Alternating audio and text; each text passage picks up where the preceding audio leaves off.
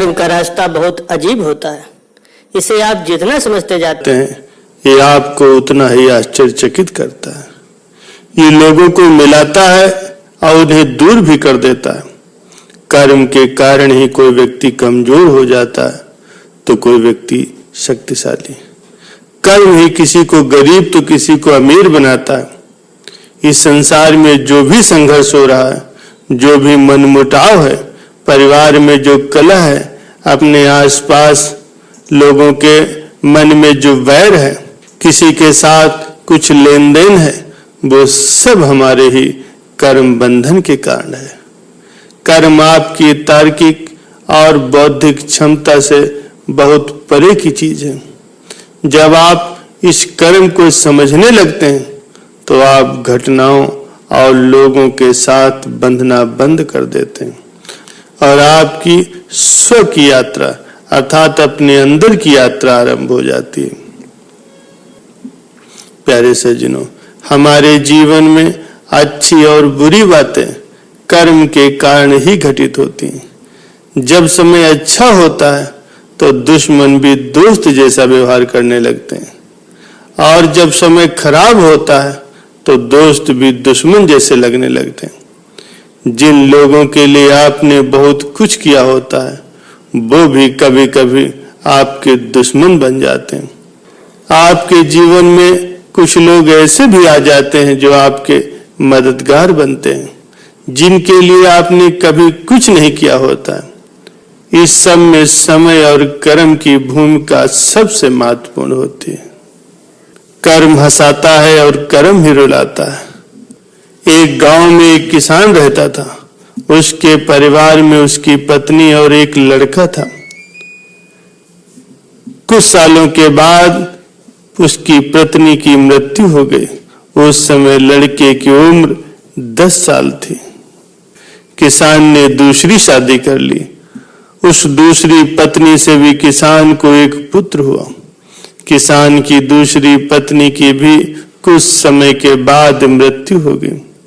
किसान का बड़ा बेटा जो पहली पत्नी से हुआ था, जब शादी के योग्य हुआ तो किसान ने बड़े बेटे की शादी कर दी और फिर किसान की भी कुछ समय के बाद मृत्यु हो गई। किसान का छोटा बेटा जो दूसरी पत्नी से हुआ था और पहली पत्नी से हुआ बड़ा बेटा दोनों साथ साथ ही रहते थे। कुछ समय के बाद किसान के छोटे बेटे की तबीयत खराब रहने लगी। बड़े भाई ने कुछ आसपास के वैद्यों से उसका इलाज करवाया पर कोई राहत नहीं मिली। छोटे भाई की दिन प्रतिदिन तबीयत बिगड़ती ही जा रही थी और दवा दारू में उसका खर्चा भी बहुत हो रहा था। एक दिन बड़े भाई ने अपनी पत्नी से सलाह की, यदि ये छोटा भाई मर जाए तो हमें इसके इलाज के लिए पैसा खर्च नहीं करना पड़ेगा और जायदाद में आधा हिस्सा भी नहीं देना पड़ेगा। तब उसकी पत्नी ने कहा, क्यों न किसी वैद्य से बात करके इसे जहर दे दिया जाए। किसी को पता भी नहीं चलेगा और कोई रिश्तेदार भी शक नहीं करेगा। वो लोग सोचेंगे कि ये तो बीमार ही था और बीमारी से ही इसकी मृत्यु हो गई। बड़े भाई ने ऐसा ही किया। एक वैद्य से बात की कि आप अपनी फीस बताओ और ऐसा करना कि मेरे छोटे भाई को दवा के बहाने जहर दे देना। वैद्य ने बात मान ली और लड़के को जहर दे दिया और लड़के की मृत्यु हो गई। उसके भाई और भाभी ने बहुत खुशी मनाई कि रास्ते का कांटा निकल गया। अब सारी संपत्ति, सारी जमीन अपनी हो गई। उसका अंतिम संस्कार कर दिया गया। कुछ महीनों के बाद उस किसान के बड़े लड़के की पत्नी को एक लड़का हुआ। उन पति और पत्नी ने खूब खुशी मनाई। बड़े ही लाड़ प्यार से लड़के की परवरिश की। कुछ ही वर्षों में वो लड़का जवान हो गया। उन्होंने अपने लड़के की भी शादी कर दी। शादी के कुछ समय के बाद वो लड़का अचानक बीमार रहने लगा। माँ बाप ने उसके इलाज के लिए बहुत से वैद्यों से उसका इलाज करवाया। जिसने जितना पैसा मांगा उसे दिया ताकि वो लड़का ठीक हो जाए। अपने लड़के के इलाज में अपनी आधी संपत्ति तक बेचकर लगा दी, पर लड़का बीमारी के कारण मरने की कगार पर आ गया। उसका शरीर इतना ज्यादा कमजोर हो गया था कि अस्थिपंजर ही शेष रह गए। एक दिन लड़के को चारपाई पर लिटा रखा था और उसका पिता उसके पास में बैठा अपने पुत्र की दयनीय हालत देखकर दुखी हो रहा था और उसी की ओर ही देख रहा था। तभी वो लड़का अपने पिता से बोला कि भाई, अपना सारा हिसाब तो हो गया, बस अब कफन और लकड़ी का हिसाब बाकी, अब उसकी तैयारी कर लो। ये सुनकर के उसके पिता ने सोचा कि लड़के का दिमाग काम नहीं कर रहा है, बीमारी के कारण ये विक्षिप्त सा हो गया है। उसने कहा, बेटा मैं तेरा बाप हूं, भाई नहीं। तब लड़का बोला, मैं आपका वही भाई हूं जो आपने जहर दे करके मुझे मारा था।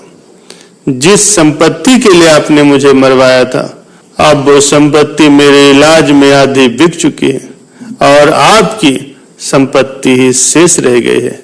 मेरा हिसाब तो हो गया। तब उसका पिता फूट फूट कर रोते हुए बोला, मेरा तो कुल ही नाश हो गया। जो मैंने किया था मेरे ही आगे आ गया, पर तेरी पत्नी का क्या दोष है जो उस बेचारी को अब जिंदा जलाया जाएगा।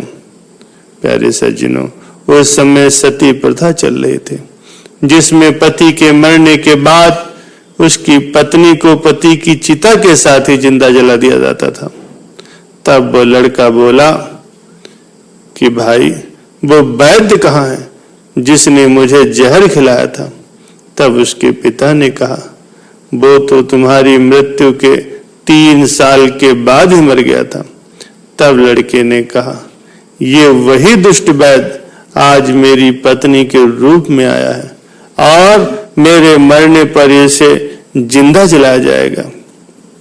प्यारे सज्जनों, हमारा जीवन जो उतार चढ़ाव से भरा होता है, इसके पीछे हमारे अपने ही कर्म होते हैं।